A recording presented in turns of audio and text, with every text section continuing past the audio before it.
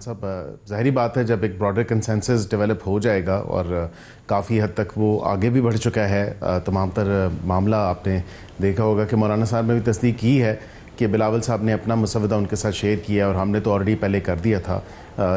Legal community की तरफ से जो है, लीगल फ्रेटर्निटी की तरफ से भी अवेटेड हैं उनकी सजेशंस, वो जैसे ही आ जाएंगी और JUIF ने भी कोई अपना डॉक्यूमेंट तैयार कर लिया गालबन, तो ज़ाहिरी बात है ये तमाम तर डॉक्यूमेंट्स को सामने रखा जाएगा और इनको कोरिलेट किया जाएगा और जहाँ पे कॉमन ग्राउंड या कंसेंसस पाया जाता है उस चीज़ को देखा जाएगा और उसको एक इनकलकेट करके, इनकॉर्पोरेट करके एक फ़ाइनल डॉक्यूमेंट तैयार होगा।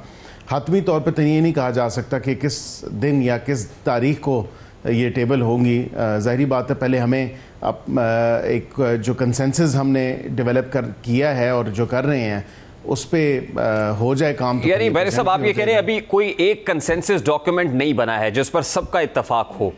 कंसेंसस पैदा करने में अभी डेडलॉक किस जगह पे है? वो कौन से नकात ऐसे हैं जहां पे आप समझते हैं कि डिफरेंसेस हैं अमंग पार्टीज? देखिए, कंसेंसस काफ़ी हद तक डेवलप हो चुका है इन प्रिंसिपल।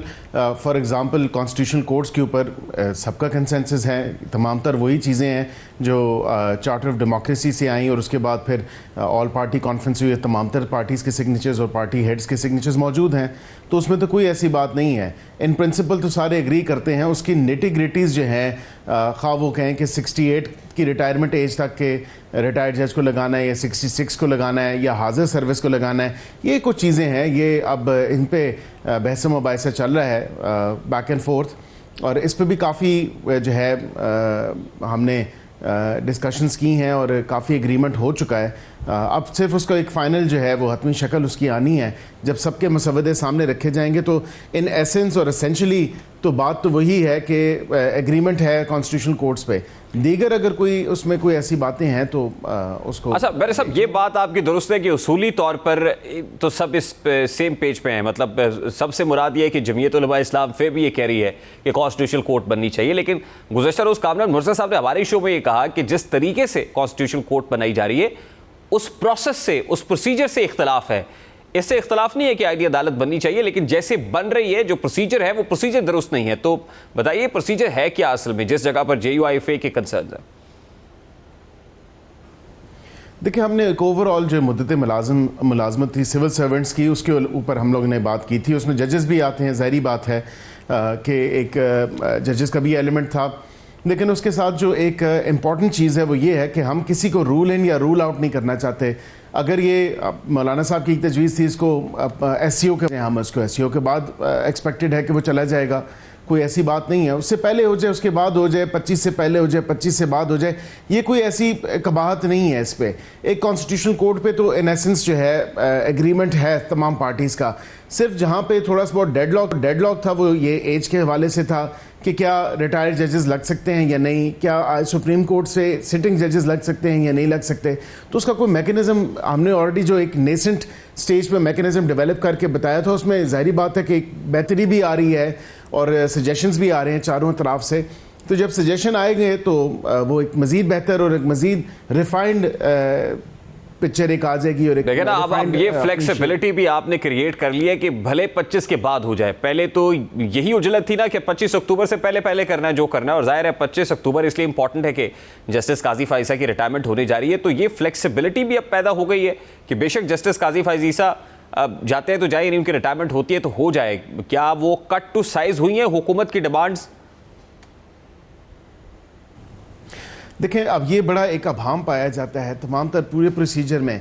अब वहाँ पे अगर ये हम सेट कर दें कि आईनी अदालत में रिटायर्ड जजेस भी लग सकते हैं जो कि सुप्रीम कोर्ट ऑफ पाकिस्तान के रिटायर्ड जज रहे हों, उसमें तो पिछले 4-5 साल में जितने भी रिटायर्ड जजेस हैं वो तमाम तर उस क्राइटेरिया पे अगर पूरा उतरते हैं तो उसमें तो कोई ऐसी बात नहीं है। लेकिन उसमें ये अगर कहा जाए मौलाना साहब की तरफ से या किसी और सियासी जमात की तरफ से कि काजी साहब को छोड़ के तो बाकी तमाम रिटायर्ड को आप कंसिडर करते हैं, तो फिर then again it's person specific. तो जो क्राइटेरिया बनेगा वो तमाम पे उसका इतलाक एक जैसा ही होगा। ये नहीं कहा जा सकता कि एक बंदे को छोड़ के बाकियों को कंसिडर करें या सिर्फ उस बंदे को कंसिडर करें और बाकियों को ना करें।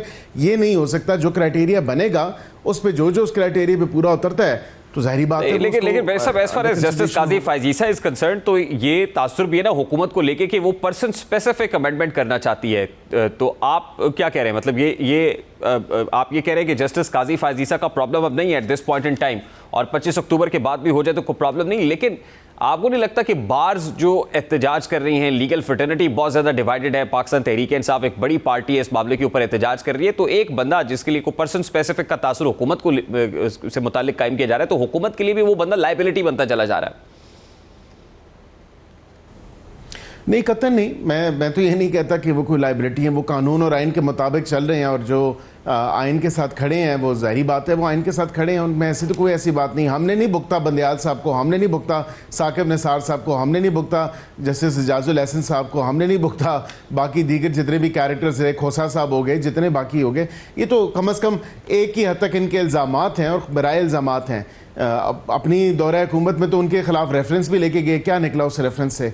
लेकिन हमें कहा जाता है शायद वो हमारी साइड ले रहे हैं माजरत के साथ, लेकिन ना तो हमारी साइड ले रहे हैं, ना कोई फेवर कर रहे हैं। वो आइन और कानून के मुताबिक अपनी अदालत को चलाते हैं, जो उनका काम है और जो हर जज का काम होना चाहिए। ना कि जज का काम है कि वो कहे और कहे गुड टू सी यू, या आप हमारे सामने पटिशन लें और हम वज़ीर आज़म को, मुंतखब वज़ीर आज़म है, उसको बाहर निकाल देंगे। अच्छा बैरिस्टर साहब, नून लीग का ड्राफ्ट तैयार है? अगर तैयार है तो फिर नून लीग के ड्राफ्ट में क्या है? What have you proposed? देखिए, हमारा ड्राफ्ट अभी से नहीं। मैंने जिस तरह गुजारिश की कि वज़ीर आज़म पाकिस्तान शहबाज शरीफ साहब ख़ुद इस चीज़ को चेयर कर रहे थे, पूरी लीगल रिफॉर्म्स कमेटी को। उसमें लॉ मिनिस्टर साहब लीड ले रहे थे तमाम तर लीगल रिफॉर्म्स के इशू पे, जिसका मेंबर मैं खुद हूँ उस कमेटी का। कुछ हमारी मीटिंग्स लाहौर में हुई, कुछ हमारी मीटिंग्स यहाँ पे हुई। अभी से नहीं, मार्च अप्रैल से ये काम हमने शुरू किया हुआ था। इसीलिए मई के महीने में आपको याद होगा, in good faith and in good will and as a good will justice, supreme court को बताया जब मीटिंग में जजेस के साथ मीटिंग थी तो JCP की, तो उस पर वज़ीर कानून साहब ने उनसे गुजारिशात की कि हम इस तरह अमेंडमेंट्स ला रहे हैं। इन गुड फेथ शेयर किया हमने। वो उल्टा अब मेरे ख्याल से हमारे गले पड़ गया तमाम तरह मामला। तो शायद ऐसे भी नहीं था। हमारी तो एक साफ़ नीयत से हम लोग चल रहे थे और बेहतर करने के मामले से चल रहे थे, उसी नीयत से चल रहे थे। हमारी नीयत में तो कोई खोट नहीं था। अच्छा, आज खासी बाज़गश्त रही जस्टिस मंसूर अली शाह की नॉमिनेशन के नोटिफिकेशन की कि उन्हें उनकी चीफ जस्टिस नामजदगी का नोटिफिकेशन इशू कर दिया जाएगा। तो कब इशू कर रहे हैं जस्टिस मंसूर अली शाह की का नोटिफिकेशन? आप देखिए, आज 8 तारीख हो गई है और 25 तारीख को काजी साहब ने रिटायर होना है। मैं तो यही कह सकता हूँ कि 25 से पहले किसी टाइम भी हो जाएगा। और मीडिया ने इतनी ज़्यादा हाइप इस पे खड़ी कर दी है, कोई ऐसी कबाहत नहीं है। एक दफ़ा अगर वो कोई एक प्रेसिडेंट तो नहीं कहा जा सकता, ना उसको एग्जाम्पल कहा जा सकता है। उस टाइम हालात कुछ और थे, और काजी साहब के टाइम पे जब काजी साहब की 80-82 दिन पहले हो गई थी, तो आपको याद होगा जून के महीने में हुई थी और असम्बलियाँ अपनी तहलील की तरफ जा रही थी, असम्बलियाँ तहलील हो रही थी। हमने बेहतर समझा उस टाइम प्रायर टाइम कर दिया। तो अभी भी ये 25 से पहले तो हो ही जाएगा। इसमें तो कोई ऐसी लेकिन आप ये कह रहे हैं कि जस्टिस मंसूर अली शाह ही chief justice supreme court of Pakistan होंगे। आज जस्टिस काजी फैज ईसा से जस्टिस याहिया अफरीदी की मुलाकात भी हुई है और ये मुलाकात भी खासी। क्या जस्टिस मंसूर अली शाह ये तय है कि वही चीफ जस्टिस सुप्रीम कोर्ट होंगे? देखिए, मैं ये कह सकता हूँ कि सीनियर मोस्ट जज वही हैं, सीनियर प्यूनी जज वो हैं। सीनियर प्यूनी जज और सीनियर मोस्ट जज होने के नाते आइन का आर्टिकल 175A यही कहता है कि जो सीनियर मोस्ट होगा वो अगला चीफ जस्टिस होगा। तो जाहिर है सीनियर प्यूनी तो जस्टिस मंसूर अली शाह ही हैं। तो justice Mansoor Ali Shah supreme court के चीफ जस्टिस होंगे, तो फिर आइनी अदालत का, कॉन्स्टिट्यूशनल कोर्ट का चीफ जस्टिस कौन होगा बैरिस्टर साहब?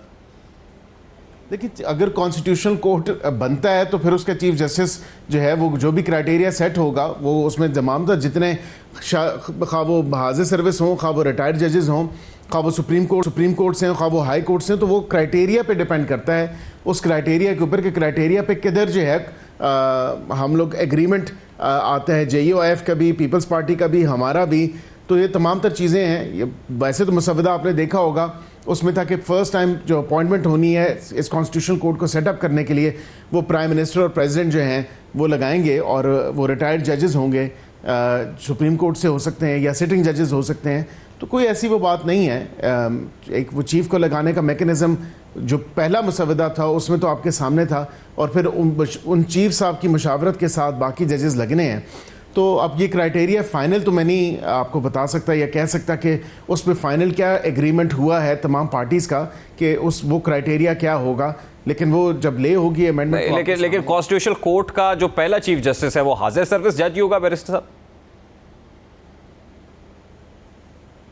बिल्कुल, देखें एक जो पहला मैकेनिज्म है ना, you have to start from somewhere, और हमने ये कहा था कि पहला जो चीफ होगा आईनी कोर्ट का, अगर आईनी अदालत बनती है तो वो वज़ीर आज़म in consultation, president in consultation with the prime minister लगाएंगे, और वो क्राइटेरिया उनका यही था कि रिटायर्ड जज भी हो सकते हैं, सिटिंग जज भी हो सकते हैं, सुप्रीम कोर्ट के जज हो सकते हैं, तो उनके साथ बाकी जजेस तो मुशावरत के साथ लगने हैं उनकी, जो एक पहला सेटअप होना है। दीगर बाकी फिर वो उसका प्रोसीजर दिया था, वो सनसेट क्लॉज के साथ था कि ये जो है इस टाइम तक ये उनका होगा अपॉइंटमेंट, और उसके बाद आगे ये सेटअप फिर एक प्रोसीजर बन जाएगा जो कि वो खुद करते रहे आईनी कोर्ट के हवाले से। Lastly and very quickly barrister Aqeel Malik साहब, जस्टिस याह्या अफरीदी भी आईनी अदालत के चीफ जस्टिस हो सकता है?